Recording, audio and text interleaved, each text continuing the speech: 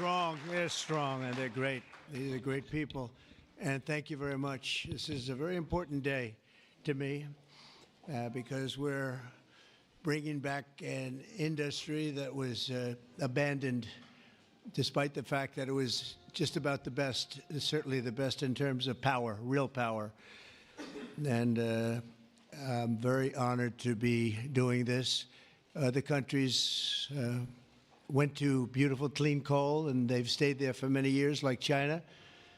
China's opening 2 plants every week. Germany went green, very green. They went so green they almost went out of business. Germany was finished. They went to wind. The wind wasn't blowing too much. And they went to all sorts of other things. You know, the Green New Scam hit Germany too. And guess what? Now they're back to coal. They're opening up coal plants all over Germany. We're the ones that aren't doing it. I call it beautiful, clean coal. I told my people never use the word coal unless you put beautiful, clean before it. Right, Doc? So we call it beautiful, clean coal. Beautiful, clean coal.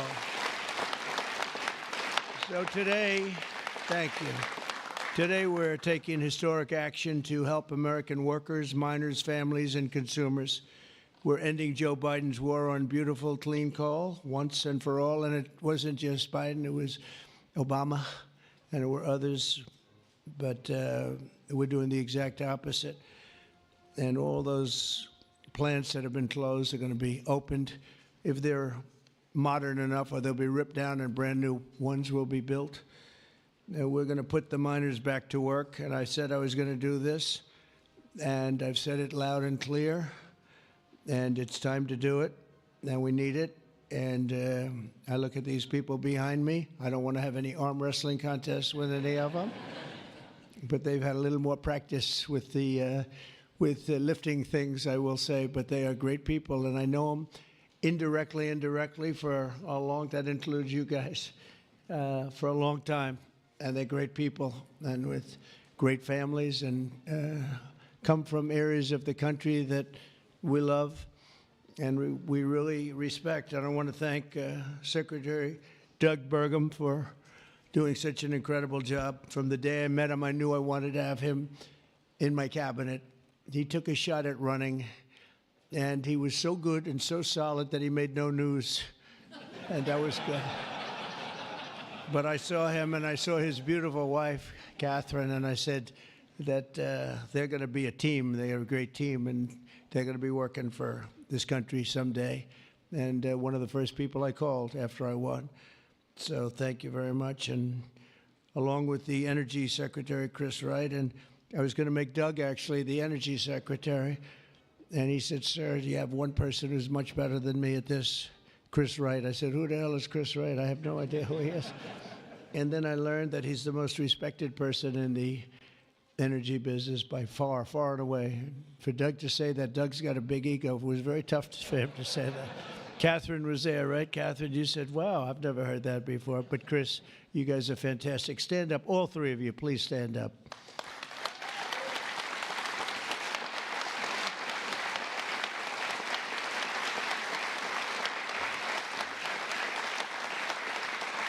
Right.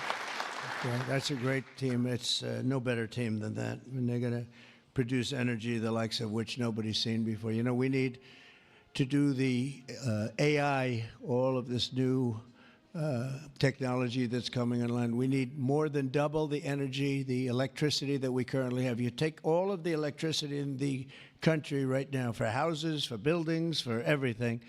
We need to more than double it to be number one. We're now way ahead of everybody at AI. China's in second place, but way behind. And they're going to be producing a lot of energy and a lot of electricity for this. And so are we, and we're going to get approvals very fast. And I would say the man that's almost comparable to you in terms of the importance to this, maybe he's even more comparable, I hate to tell you, a guy named Lee Zeldin, who's a friend of mine for a long time. He was a great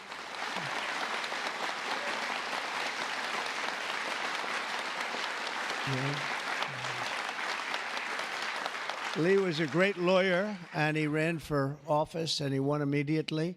I gave him a very important endorsement. He won for Congress in an area that was unwinnable. He couldn't have, they were all saying, why is he wasting his time? That's Democrat territory. And I liked Lee and knew Lee, and he ended up winning a seat in a massive upset. Nobody knew what happened, actually, and then he was there for a long time. How many years were you there? 8. 8 years, was very popular, and then he almost won the governorship of New York, which is lost by a few points, which was an amazing run. And I said, we got to get you in with us in some form, and we did. And he's head of the environmental agency, EPA, and doing a great job. And I said, if we have a nuclear power plant, Lee, can you get it approved in less than a month? He said, what? He said, I'll do it faster. And by the way, he'll do a fast job, but he's going to do also a great job. It's going to be an important job. We don't even smile about it, but you know, I've been involved in the approval process for a long time, having been in real estate, and you go years and years and years for absolutely nothing. And even in those days, I used to say, you know, this whole thing could have been approved in a week or 2 weeks or 3 weeks, and it would have been just as good. But they'd take you down the path, and you'd spend years waiting, and then sometimes you get rejected. I wasn't rejected too much. I was the king of zoning. I did well, but it was such nonsense. It was so terrible. The process was so terrible. But this is the big leagues now, and he's the head person in the whole country, and I appreciate it, and I appreciate you doing it. And already they're respecting you very greatly. So thank you very much, Lee. Great job.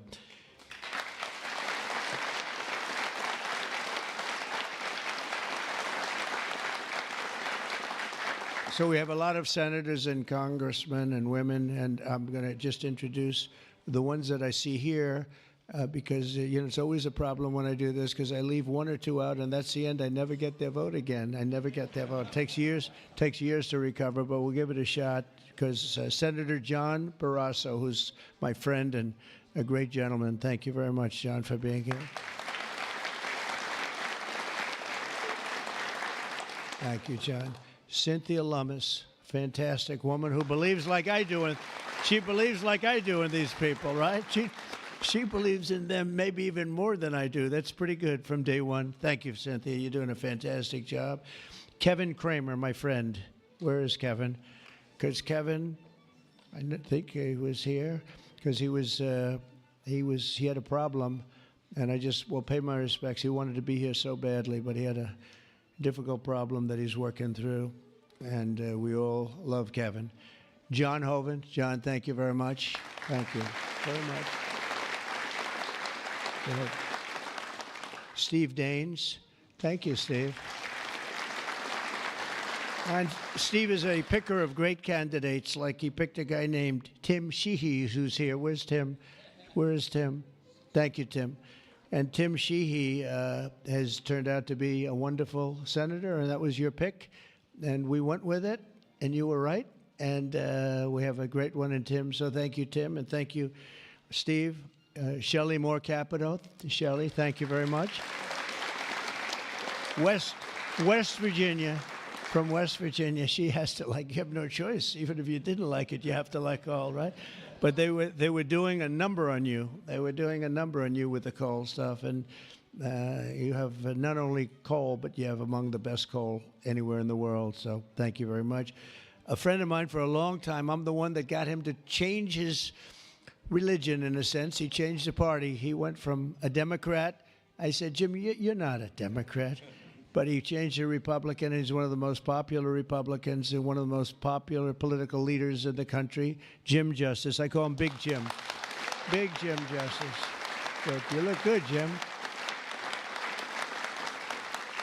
And he was in the business. And so am I doing the right thing? You would know better than anybody in this room. Am I doing the right thing, Jim? Huh? I think so, right? Thank you very much, Jim. Cindy Hyde Smith. Cindy, thank you, hon. Very good. Good job. People are going to be happy. And all friends of mine. Mike Lee. Mike, thank you very much. We have a lot of people from Congress, congressmen and women, representatives. Morgan Griffith. Morgan, thank you. Thank you very much. Bruce Westerman. Bruce, thank you, Bruce. Bob Latta. Bob Latta. Thank you, Bob. Good job. Troy Balderson. Troy, haven't seen you in a long time since that early race. I endorsed him before anyone knew who he was, and he ended up winning. That was another surprise, right? And that was a long time ago. Yep, you're doing a great job. Thank you very much, Troy. Carol Miller. Carol, thank you. Carol, West Virginia. Riley Moore. Riley. Hi, Riley. Thanks. Mike Boast. Mike, thank you very much. Troy Downing. Troy, thank you. Oh, he has something. What is it, coal? Is there coal in that bag? Huh? Even better, it's clean coal. I like it. I'll take it right now. Thank you very much. Hal Rogers. Hal, thank you. Thank you, Hal. Andy Barr. Thank you, Andy. Good luck with everything. I hear good things. Troy Downing. Troy, thank you, thank you, thank you. Thank you very much, Troy. Hal Rogers. Oops. Harriet Hageman. Harriet. Hi. How are you, Harriet? We just left Harriet. This is one of the finest attorneys you will ever see. I have seen her in action, and she is brutal. I never want her against me, that I can tell you. Dan Muser. Dan. Thank you, Dan. Thanks, Dan. Good job you're doing. Wesley Hunt, my friend, too. Wesley, great. I love your commercial. Pete Stauber. Pete, thank you, Pete. Great hockey player he was, right? Great hockey player. And a great gentleman just broke the record of Wayne Gretzky. The great one is Wayne Gretzky, but we have another great one, too, huh? Just broke the record. It was great. Governor Greg Gianforte. Greg, nice seeing you. Good, Greg. Thank you very much, Greg. Bill Lee. Bill, thank you very much. Patrick Morrissey, West Virginia, just got elected. Mark Gordon. Mark, thank you. Thank you very much. And we have a lot of others, and I'm in trouble because I don't know. I got 5 or 6 others that I see quickly, but I'm just not going to do it. Don't hold it against me, because we have to get back to the most important people in the room, these people. You know that, right?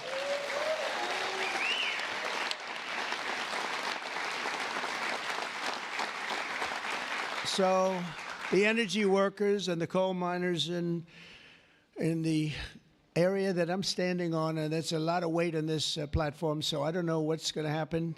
I hope it's structurally designed for you guys. I don't know. But we have just really well-deserving, great American patriots, and it's such an honor to be here and making such a big move, such a bold move in energy. Because, you know, for years, people would just bemoan this industry and decimate the industry for absolutely no reason, because with modern technology and all of the other things that we do, it's one of the great forms of energy. That's why other countries, leading countries, are using it, some exclusively. For 4 long years, Joe Biden and congressional Democrats tried to abolish the American coal industry. They did everything in their power while he was awake, which wasn't much, shutting down dozens of coal plants, banning coal leases on federal lands, and putting thousands and thousands of coal miners out of work, destroying their lives, actually, destroying their lives. I'll never forget when I went to West Virginia, which I won by 48 points, I think, right?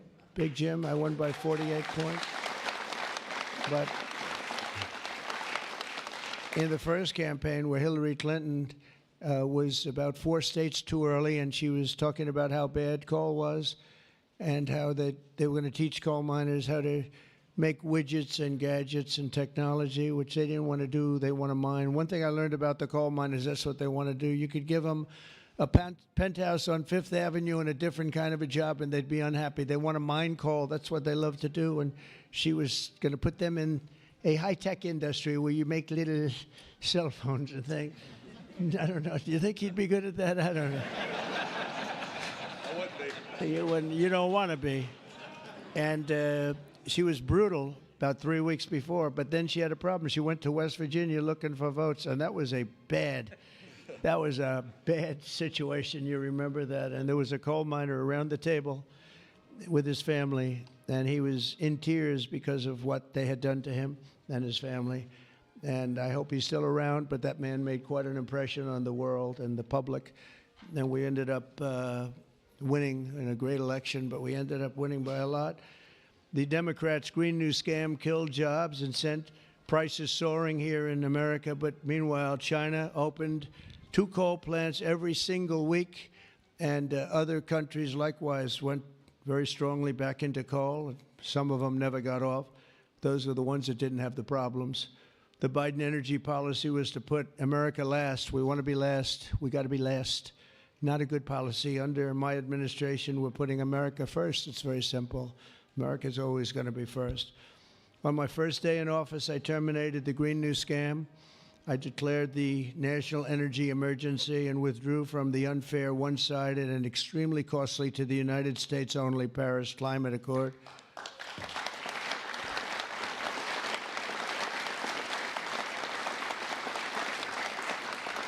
You know, under the Paris Climate Accord, we had a terrible situation. We would have paid over $1 trillion. Think of it, over $1 trillion. And Russia was paying almost nothing. Russia had a 1992 standard. China was paying nothing. China didn't kick in until 2035. This was 5 years ago. So they didn't kick in for many years. India had no standard whatsoever. But we had the highest standard you could imagine, and we had to start paying from day one, and we had to pay lots of money. We paid for everything. So I was not a big fan of the Paris Accord, and I let it be known, and I got out of it early. Then they went back into it, and now we get back out of it.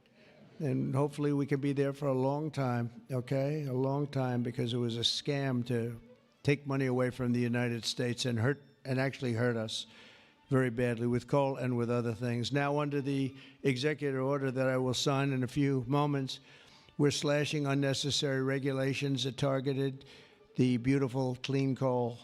We will rapidly expedite leases for coal mining on federal lands, and these 2 gentlemen are going to do a real job of it. You've already started. And we'll streamline permitting. We will end the government bias against coal, and we're going to unlock the sweeping authorities of Defense Production Act, the Defense Production Act, to turbocharge coal mining in America. They made it impossible. I know a friend of mine has a plant. He said, you know, it's a shame. I'm ripping it down and I'm replacing it with another form of energy. I won't tell you because it's also very good, but it's not as powerful as this. He said, you know, the plant I'm building, the new plant, is literally half as good. It's no less, you know, it's not probably even as good environmentally, but he said it produced half the power for more money, much more money. It'll never compete with that beautiful plant I have down the road, which was really a modernized coal plant. Well, he'll be happy to know that he can open that plant up very quickly, and it's going to produce a lot. But he was complaining. He said, this is so much better. And he wasn't doing that as politicking me. He was doing that because that's what he felt. And he knew every form of energy. We talked about that. He knew every form of energy. But our government is going to do something that's very different. And I don't think even you two know about this. This was my idea from about 15 minutes before I got up here. We're going to guarantee that we have a strong business for many years to come, that your coal companies and your miners don't get all excited about their jobs, and then should a radical left liberal become president, they end the business right away, and somebody's built a plant and spent hundreds of millions of dollars in building a plant, and the plant is going to be closed because a Democrat got in or a liberal got in. They're opposed to coal, and Republicans are very much for it, clean coal. And we're going to give a guarantee that the business will not be terminated by the ups and downs of the world of politics. So should somebody come in to this very important office and say, oh, well, you spent hundreds of millions of dollars and you guys have given up your life because you want to be in coal, and then all of a sudden you don't have a life anymore because it's what you know the best? That's not going to happen. We're going to give a guarantee that it's not going to happen, so that if somebody comes in, they cannot change it at a whim. They cannot just going to go. They're going to have to go through hell to close you up. All right, so that's pretty good. We're going to give that in the form of a guarantee that we're writing on right now structurally and from a legal standpoint. So your investments are going to also be protected.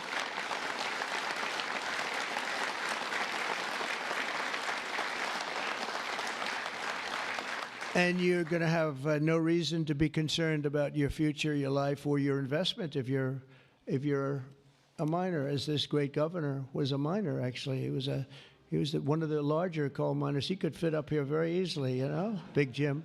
But he was a great success. But they were very, very tough on him, and he did a beautiful job with a beautiful product.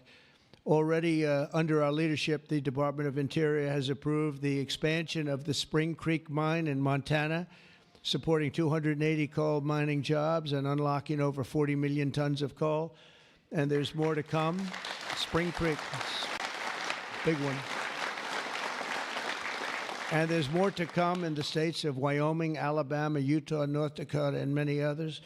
West Virginia, I can't believe they didn't put West Virginia down. It's lucky I mentioned that, right? Can you imagine if I didn't mention West Virginia? I would have been in big trouble. They didn't mark it down here.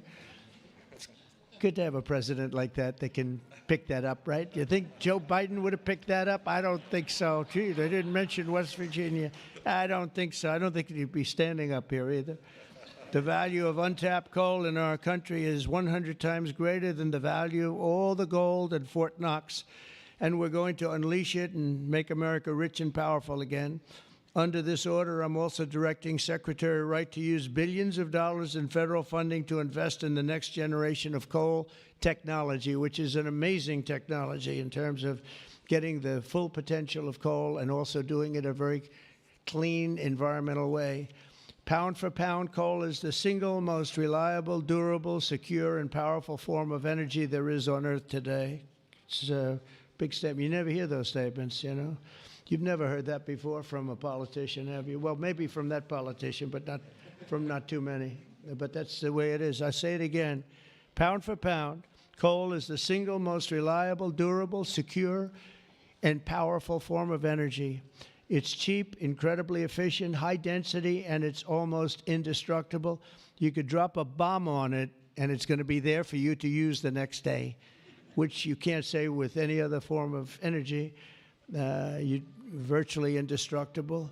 Most importantly, we have more of it here in America than anywhere else on Earth. We have more coal than any other country. You go to Australia, they have fantastic amounts of coal. You know who they sell it to? China. They sell it to China. They're nearby. They sell a lot of it to China. But we have more than anywhere else on Earth. We also have more liquid gold than anywhere on Earth. So we're really an energy behemoth, but we're unleashing that also. That's going to be another part. But I didn't even want to mention that. It's not down here because I didn't want to mention today is about clean, beautiful coal. So I'm going to give this to you. This big guy. Should I give it to him? Yeah. You take that. Thank you, Mr. President. Okay.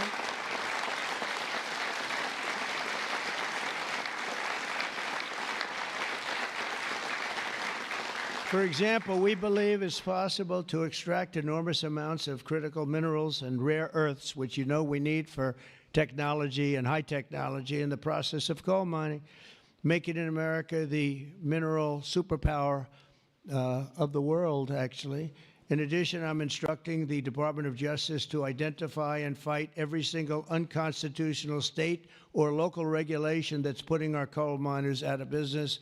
And we are withdrawing all of those objections from our government today. It's all being withdrawn. So all of you people that have been fighting for your lives, we are withdrawing all of that today. We have excellent lawyers, excellent. Have you noticed that lots of law firms have been signing up with Trump? $100 million, another $100 million for damages that they've done. but they give you $100 million, and then they announce that. But we have done nothing wrong, and I agree, they've done nothing wrong. But what the hell? They give me a lot of money considering they've done nothing wrong.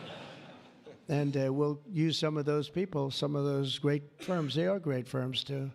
They just had a bad moment, but we're going to use some of those firms to work with you on your leasing and your other things, and they'll do a great job. I think they're going to do a fantastic job. And for those of you that want to know the tariffs, you've been hearing about tariffs, we're taking in almost $2 billion a day in tariffs. $2 billion a day. And we're doing very well.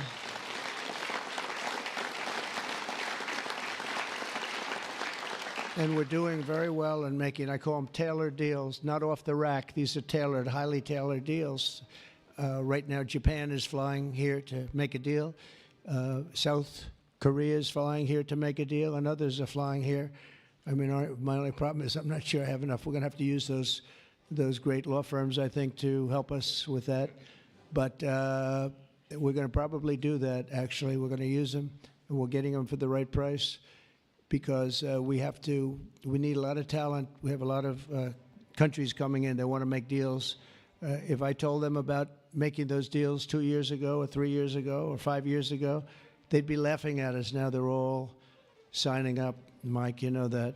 So it's going to be a great thing, but we're think of that, $2 billion a day. That's a lot of money. That's a lot of money even in the coal business, isn't it? Huh? It's a lot of money. And America's going to be very rich again very soon. You're going to see that happening. You see it all along. And it's so that whole situation that, you know, it was somewhat explosive. But if we didn't do that, we wouldn't be talking the way we're talking right now. It's been amazing what's happened. Sometimes you have to mix it up a little bit, but we've had great consideration. We've had talks with many countries, over 70. They all want to come in. Our problem is can't see that many that fast. But we don't have to because, as you know, the tariffs are on and the money is pouring in at a level that we've never seen before. And it's going to be great for us. It's going to be great for other countries. We've been ripped off and abused by countries for many years with the tariff situation. They've used tariffs against us. We didn't use tariffs against them or in any way. I mean, we just didn't use them of any monumental proportion. And so we are doing it now. We have tariffs on cars. We have tariffs on lumber, tariffs on steel and aluminum. Steel plants are going up because of it all over the country. We have 25% tariffs on steel and aluminum. And I think the steel workers like me even more than the coal miners like me. I'm pretty sure that that's true. We have, instead of having no steel business, I put them on originally in my first term. We wouldn't have had one steel mill in the United States if I didn't do that. And now we upped it, and we not only are we taking in a lot of money, but we're protecting our workers, our steel workers. We're protecting our steel industry. And one thing you know, that steel and things like steel you need, because you need it from a defense standpoint. You need steel for your tanks and your planes and your everything. And certain industries you can get away with not having, but others you need, and steel is one you need. So I want to let you know that's in full force and effect. And literally as we speak, I spoke to executives in the steel industry over the last few days, and they're all coming in to build plants in the United States of America, because if you build them in the United States, you have no tariffs to pay. There are no tariffs to pay, zero. If you build them outside using outside labor and hurting our businesses, and you send your product in, you have to pay a price for that, and they will be having tariffs, as you know. It's an amazing thing. This has been something used against us for many years by other countries, China in particular, but others, not just China, others, and taken advantage of us, ripped us off, and left us for dead, frankly. And I believe if I didn't become your president, I believe that this country would have had problems like they've never had before, because it was serious damage in so many other ways, not only the border where people came rushing into our country from prisons and jails and mental institutions, murderers, drug dealers, and some vicious, vicious criminals. 11,088 murderers came into our country. We have to get them out. We're getting them out. 11,088. Of that number, half committed murder on more than two people. And this is what they allowed into our country with their open border policy of lunacy. And we're taking care of that just like we're taking care of you today. We're taking care of that. I want to thank Kristi Noem and Tom Homan for doing an unbelievable job. The whole thing is, the job they're doing is incredible. It's really an unforced error. It should have never happened that we have to be spending such time and resources, Mr. Senator, right, on getting people out of our country that shouldn't be here. I mean, literally from mental institutions, insane asylums were opened up and emptied into our country. Prisons from all over the world, not just South America, prisons from, think of this, from Africa, the Congo, a lot of people from the Congo, prisons in the Congo, prisons from Asia, from all over were opened up. And I knew that when I heard it was an open border policy. I said, if you do that, every country is going to be dumping people that they don't want into our country. And that's what's happened, but we're cleaning it out. And the courts, we had a good decision, as you know, from the Supreme Court, allowing us to do that. We have judges that didn't want us to do it. We have judges that wanted the very evil gang members from Trendy, Iroquois, and MS-13. They didn't want them taken out of the country and put in very powerful prisons. When you look, you've all seen those clips, pretty amazing clips. But I want to thank El Salvador. They've done an incredible job.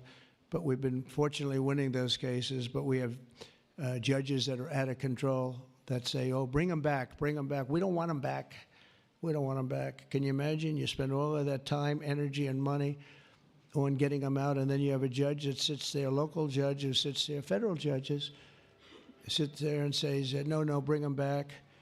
One was brought back, or they want to bring him back because he wasn't a member of Tren de Iroquois. He was a member of MS-13, which is just as bad. So they misidentified him, but it sounds to me like he was a member of MS-13, so they want him brought back because he wasn't treated properly. It's, we got to be smart. Our country's got to get a lot smarter than it is, but we have to give the people that are empowered to do this kind of work, and it's not pleasant work. We have to give them the option of making our country great again, and that's what they're doing, and I have great respect for those people. And they're doing it out of love. They could get a much easier job. They're doing it out of love for our country. It's so important, just like I'm doing this with coal today for love for our country. Earlier this afternoon, I signed another executive order to strengthen our electric grid by ensuring that coal-fired power plants are always available to meet surging demand for electricity. Unlike wind and solar, coal plants can run 24 hours a day in rain, sleet, or snow, and you will not be subject to the incredible blackout situation that's taking place in California, where they have blackouts all the time. It's an amazing thing with California. They have blackouts and brownouts at levels that nobody's ever seen before, and all they want to do is keep going the way they're going, and they're doing a very poor job. As you probably heard, I released billions of gallons of water going in from upstate California, from the most northern parts of California. Probably comes in from Canada to a certain extent. Thank you very much, Canada. We appreciate it. And I released it. It was being sent out to the Pacific Ocean. I've been working on Gavin and some of the politicians for years, and they didn't want to do that because they were protecting a smelt, a fish that was perhaps in trouble, but it's not unique to that area. And because of that, you had numbers, you had fires. Nobody's ever seen anything like what happened. Think of what it would have been like if you had fire hydrants that had water in them, if you had sprinkler systems in houses. A lot of these luxury houses where they had beautiful sprinkler systems, there was no water. They had no water to put out the fires. Water is very good for putting out fires, you know. They just didn't learn it. But we now have millions of gallons, billions actually, they say, of gallons of water pouring into California from the Pacific Northwest, I guess they would say, mostly Pacific Northwest, but other parts of the northern sections of California and beyond.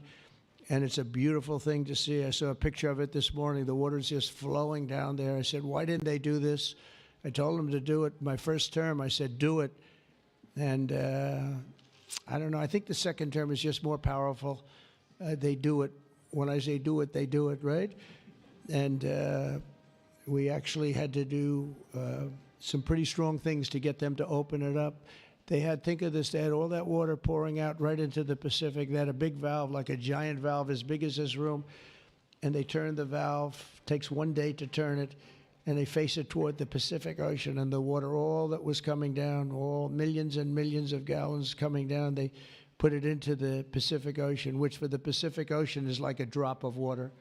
But for California, it would have been unbelievable. So we did it. I'm very proud of the fact that we did it. We did that against a lot of heat and a lot of environmental nonsense.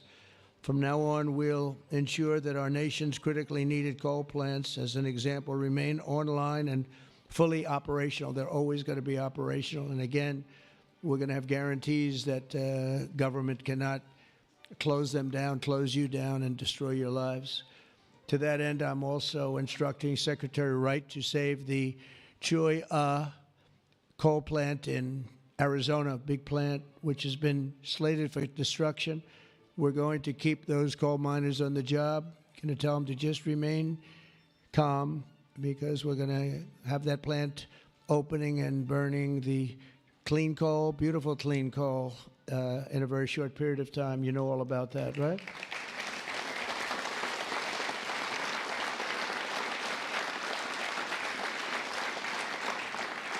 That's a big one. As part of our historic deregulatory efforts this afternoon, I'm also granting immediate relief to 47 companies operating 66 coal plants, very big ones all over the country, recusing and making them available for coal production almost in the immediate future. But we're going to be crushing Biden-era environmental restrictions.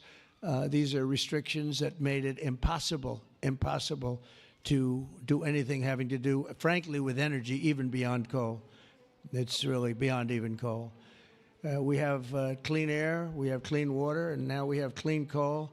And at the same time, we're gonna do other things and other forms of technology and also energy, like our country has never really seen before and never been known to do before, because of all sorts of restrictions having to do with the Green New Scam, which, by the way, was devised by somebody that never even studied.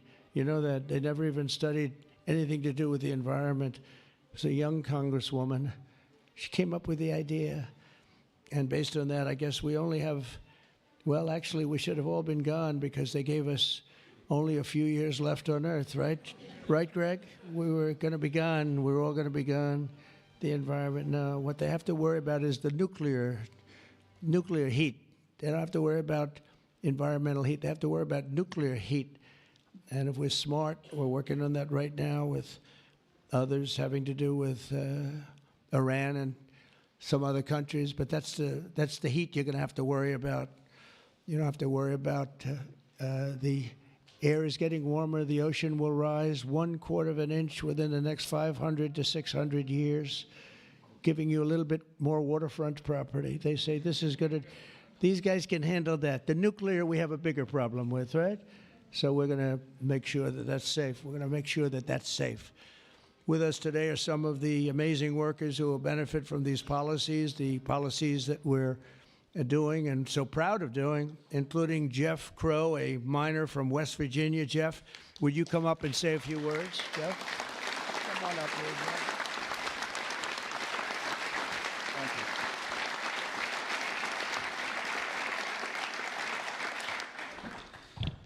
Good afternoon, Mr. President.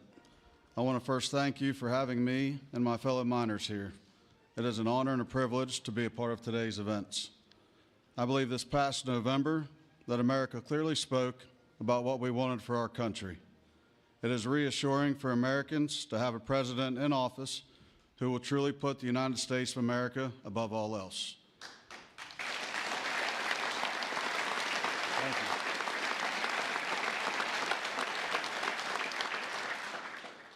With putting America first, you have spoken numerous times about energy independence. I believe most don't understand the importance of that. Coal is one of the major factors in energy independence and accounts for a large portion of America's energy. Coal is one of the most reliable and cheapest forms of electricity. For too long, coal has been a dirty word that most are afraid to speak about. Most of those that would speak negatively about coal do so from an uneducated standpoint.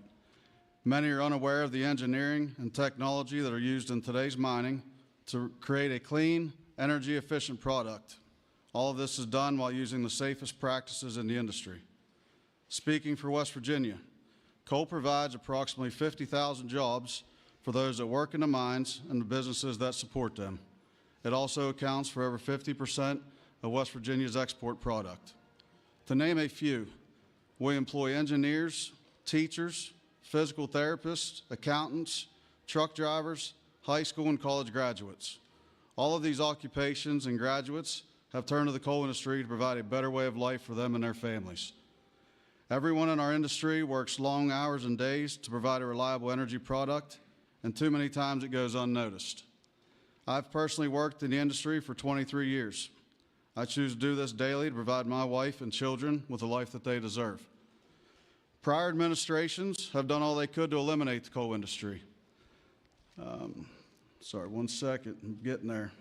In my opinion, they have done so with an unethical and uneducated approach. But we are still strong, we are still here, and we are still needed in order to make America great again.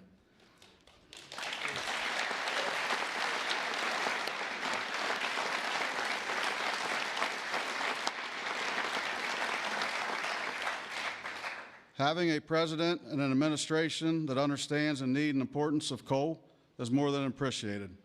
It gives the industry a form of reassurance to know that we have a president in place that supports us.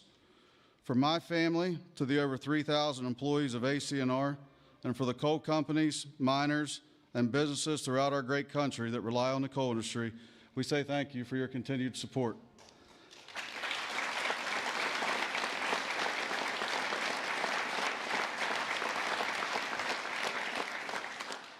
I personally thank you for what you do for our country and for our industry.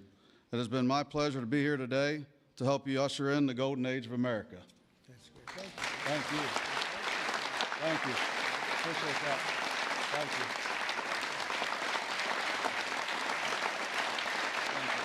Thanks, sir. Thank you.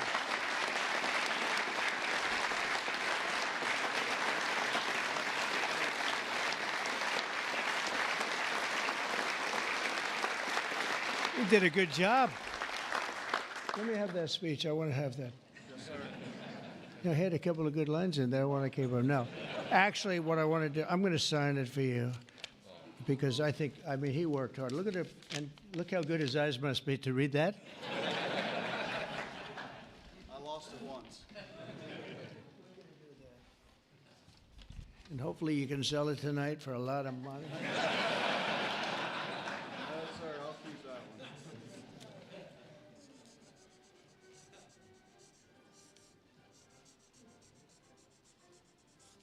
That's great. Thank you very much.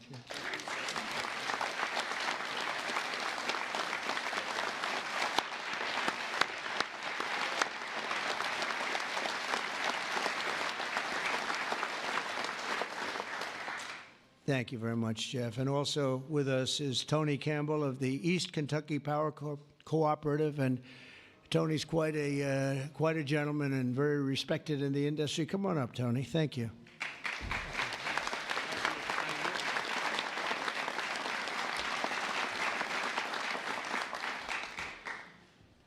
Mr. President, on behalf of East Kentucky Power Cooperative, the National Rural Electric Cooperative Association, and electric cooperatives across this America, thank you for your leadership to restore American energy dominance.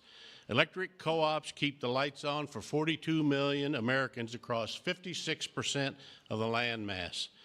We are owned by the communities and businesses we serve and provide electricity to growing communities, new data centers, and manufacturing plants. Mr. President, electric co-ops are powering America, and we are proud to partner with you and your administration to to power America into the future.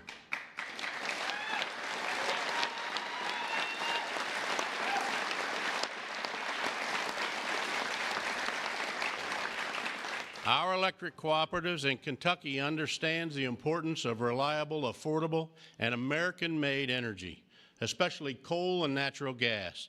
Coal fuels most of the electricity generated by our cooperative. America must keep coal plants open and running to ensure reliable electricity when we need it most. To meet growing demand over the next decade and ensure fuel security, America will need more always available electric generation power, such as coal. And we want to recognize the hardworking American men, women that support our mission. To all America's line workers, our coal miners, thank you for your dedicated service to our country.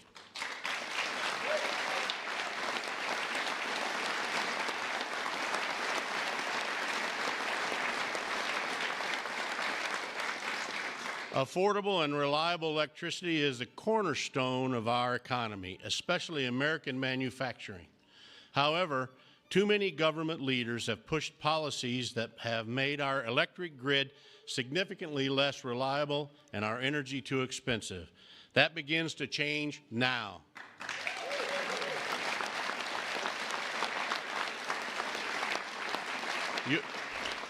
Your actions today will prevent the premature closing of essential power plants and help us meet tomorrow's energy needs. And they will help us continue to deliver reliable, safe, and affordable electricity. Mr. President, thank you in particular for providing immediate, much-needed relief from the Biden EPA regulations that would force the shutdown of critical coal units.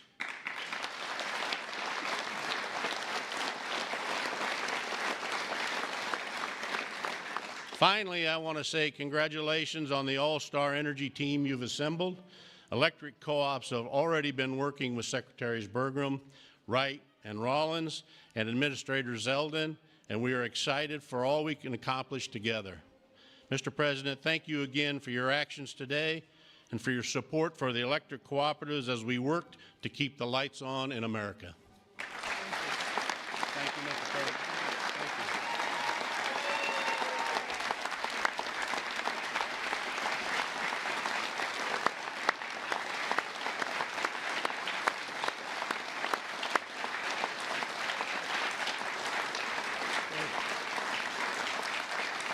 Thank you, Tony.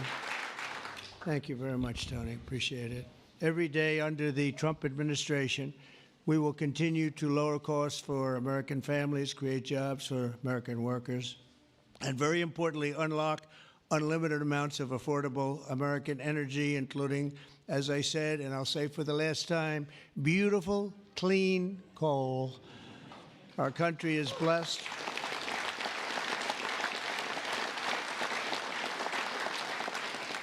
Our country is blessed with the most abundant natural resources on earth, as nobody has what we have. And we're going to use it, too. We're going to use it in a very responsible way. Together, we're going to tap that magnificent potential to give our people the glorious future that they deserve, better than they've ever had in the past. I mean, they had a good future. A little, if you look 20 years ago, they thought they had a good future, and it was ripped away from them, torn away from them with nonsense. And we're not going to let that happen. This is going to be a glorious future for them. And I want to thank everybody for being here. And I want to thank you and you and you and that whole group and our senators, by the way, and our great congressmen and women for being here in such a large number, because you've been helping us make these decisions. These are big decisions, and this is a really big one. And this is one that's going to be, I think we're going to look back and with great pride at what we've done today, not just in putting people to work, but at really reawakening our country. And thank you very much, and thank you all for being here. Thank you very much. Thank you very much.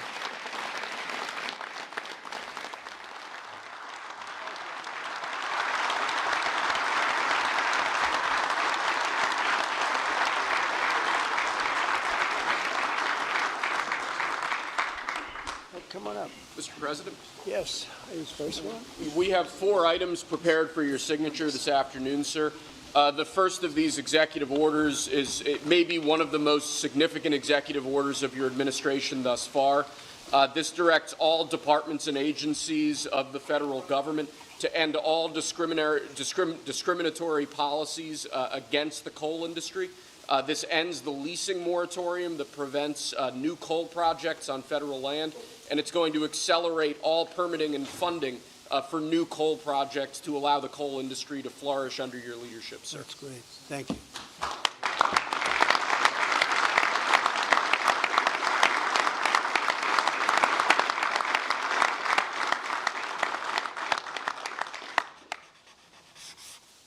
Okay.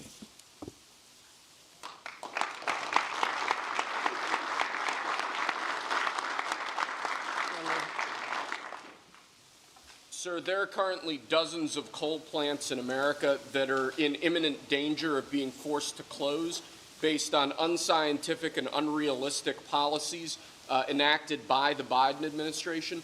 What we're going to do is essentially impose a moratorium on those policies taking effect to protect coal plants that are currently operating, to ensure that they're able to continue producing power and continue providing jobs to Americans in the coal industry. Great. Thank you very much.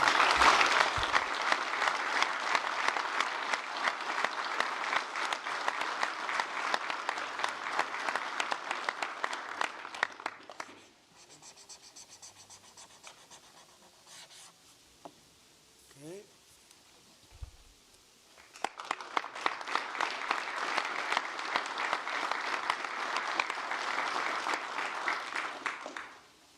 Sir, you've made grid reliability and security a key focus of this administration. This executive order is going to promote grid security and reliability by ensuring in part that our grid policies are focused on secure and effective energy production and energy transmission, as opposed to woke policies that discriminate against secure sources of power like coal and other fossil fuels.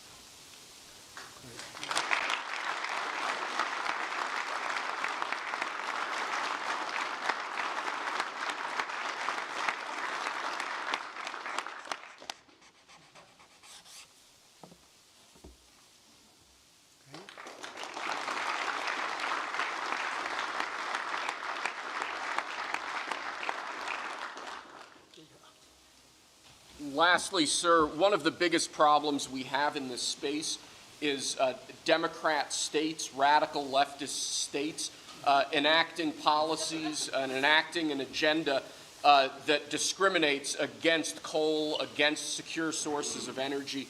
Many of these policies are unconstitutional and illegal, and with this executive order, you're going to be instructing your Department of Justice to vigorously pursue and investigate these state policies that we believe are illegal or unconstitutional. Good. Thank you.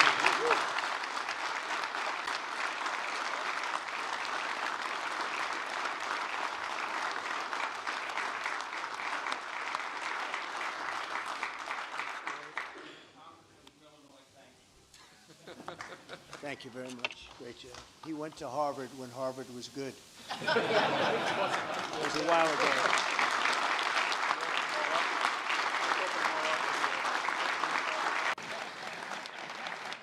Strong, they're strong, and they're great. These are great people, and thank you very much. This is a very important day to me because we're bringing back an industry that was abandoned, despite the fact that it was just about the best, certainly the best in terms of power, real power.